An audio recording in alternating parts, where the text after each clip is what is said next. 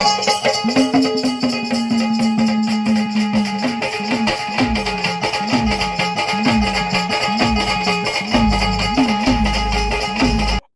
आपण हिवरे येथे आहोत. आगामी स्थानिक स्वराज्य संस्थांच्या निवडणुका 7 फेब्रुवारीला पार पडणार असून निकाल 9 तारखेला आहे.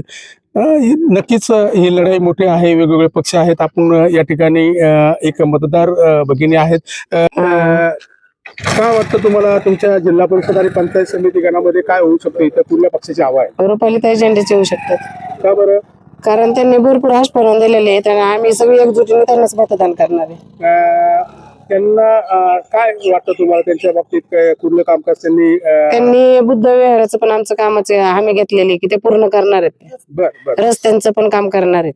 अच्छा. आणि त्यांच्या माध्यमातून तुमच्या गावामध्ये पहिल्यापासून राष्ट्रवादीच्या माध्यमातून काही कामं झाली? भरपूर कामं झालेली आहेत. अच्छा. घरकुलं वगैरे आलेत का? आलेत इथं भेटलेत, अजून निम्मे अर्धे राहिलेत पण भेटणार देणार आहेत म्हणलेत, ते बोलले देतो म्हणून. अच्छा. त्यांचं चिन्ह कुठलं आहे? घड्याळ. घड्याळ निवडून येतील? हो.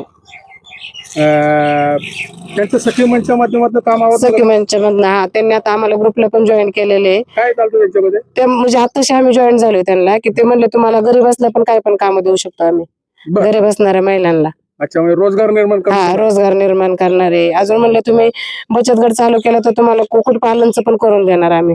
बर. म्हणजे त्यांनी तुम्हाला एक कुठेतरी सपोर्ट करायचं ठरवलंय महिलांना. बर. त्यामुळे ते निवडून येणार. त्यांची खून कुठली आहे? घड्याळ.